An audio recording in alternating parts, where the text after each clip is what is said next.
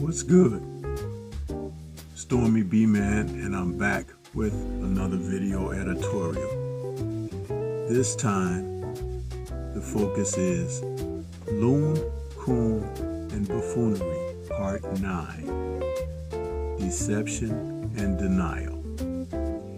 In recent months, we have come to the understanding that the corruption and the ethics of boxing are being challenged at the deepest of the cores of the sport's core, as we see once again one of the prominent young fighters in the sport has tested positive for PEDs.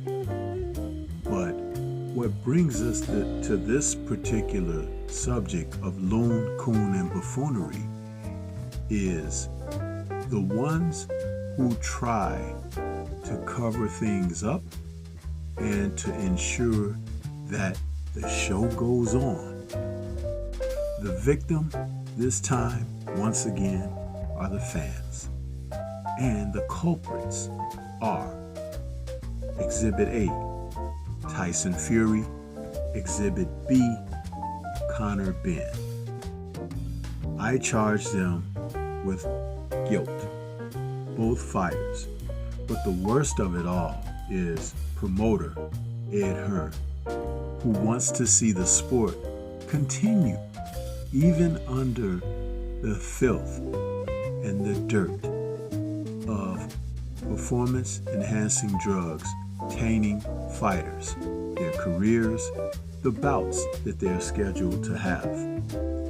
Ed Hearn has recently come out after originally trying to defend Conor Benn, in which their fight that was scheduled for September, Chris Eubank and Conor Benn, the fight has now been canceled.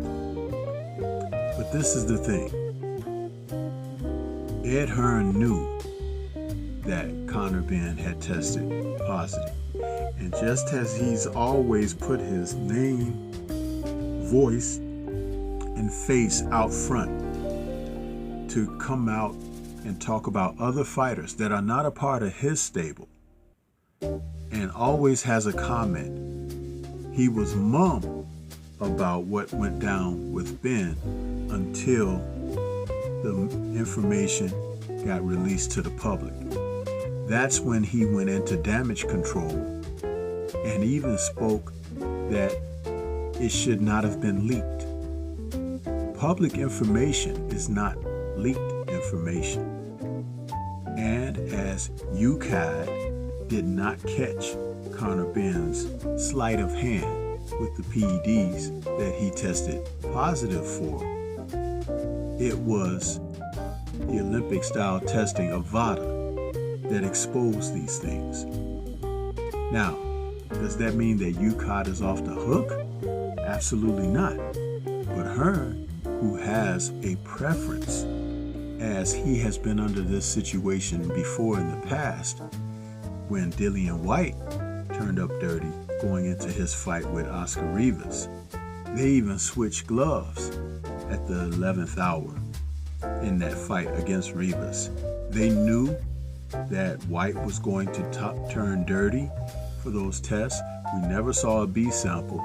And in this one, now he had claimed that Conor Benn's test was contaminated, possibly. No, that is not the case. What we have seen here, Hearn trying to once again work that evil magic, but you can hear him say for himself. Tyson, going back to Tyson Fury did exactly the same thing.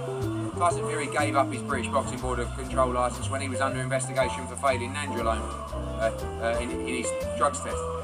And he still doesn't have a British Boxing Board of Control licence. He doesn't fight under one. So it doesn't rule out Conor Benn from fighting in Britain again.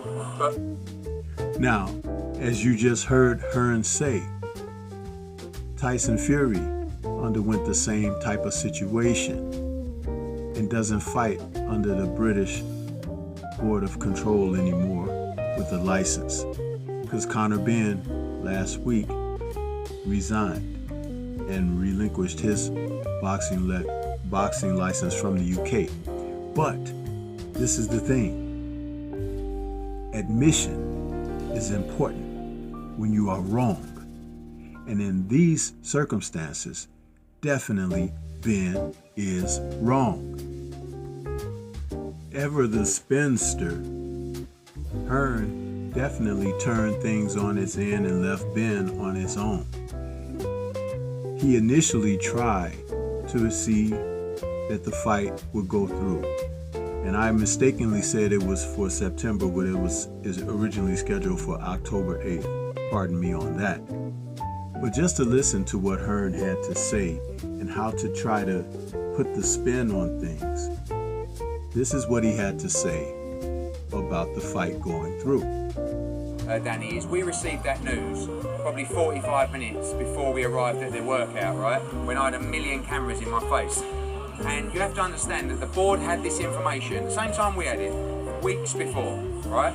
During that period, all of our costs were incurred, right? So it was like, we were incredibly frustrated that on the Wednesday before the fight, all of a sudden, and they leaked it to the media, right? We just felt like we've almost been fucked. Like, why didn't you cancel this fight when all the information was presented to you? See, to even say that, he's trying to put the spin on it because he admitted that they knew this weeks before. He could have canceled the event because he was the promoter. But again, this is what we're dealing with here. Deception and denial. This is Stormybman. I'll be back with a part 2 to this editorial. Shout out to the mighty LDBC and Liberated Perspective, a third eye view of the world. For more content such as this, please like, comment, subscribe, and share. Let me know what you think about this part 1, and please be on the lookout for part 2.